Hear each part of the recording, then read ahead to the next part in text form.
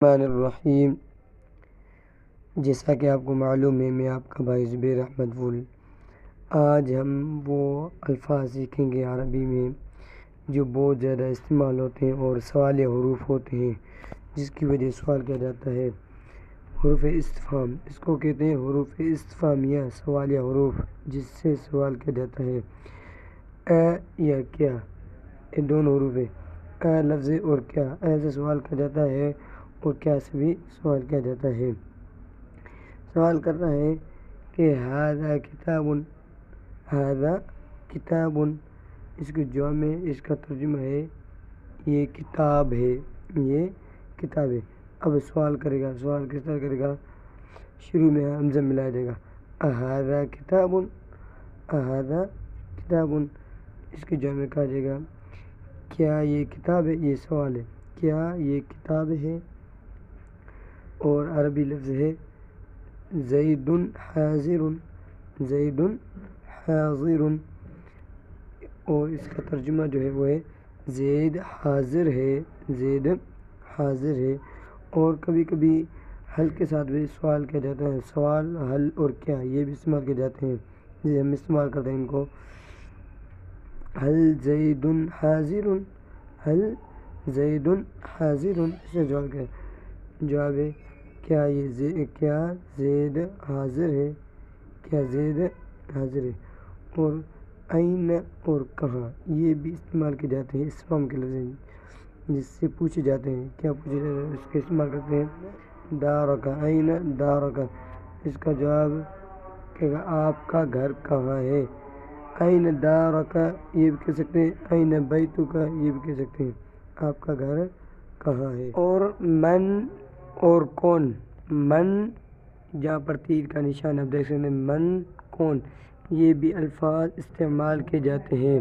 جیسے ہم استعمال کرتے ہیں من ہوا، من ہوا، اس کا جواب ہے وہ کون ہے، اس سے سوال کیا جاتا ہے، وہ کون ہے۔ اور ما کیا، ما کا، یہ بھی دونوں استفہام لفظ ہیں جس سے سوال کیا جاتا ہے۔ جیسے ما یدک، ما یدک، اس کا ترجمہ ہے تیرے ہاتھ میں کیا ہے، تیرے ہاتھ میں کیا ہے، تیرے ہاتھ میں کیا ہے۔ اور عربی لفظ جو ہے ماذا، یہ بھی لفظ ماذا کیا، یہ بھی استعمال کیے جاتے ہیں استفہام میں، سوالیہ حروف ہیں، یہ سوال کیا جاتا ہے اس سے۔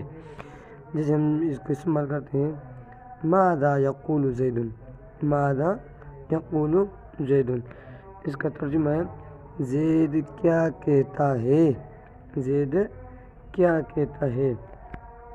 اور ایو کون سا، ایو کون سا، یہ بھی استفہام میں سوال کے لیے استعمال کیے جاتے ہیں۔ جیسے ہم استعمال کرتے ہیں ایو کتاب، ایو کتاب، ایو کتاب، اس کا جواب میں کہہ سکتے ہیں کون سی کتاب، کون سی کتاب۔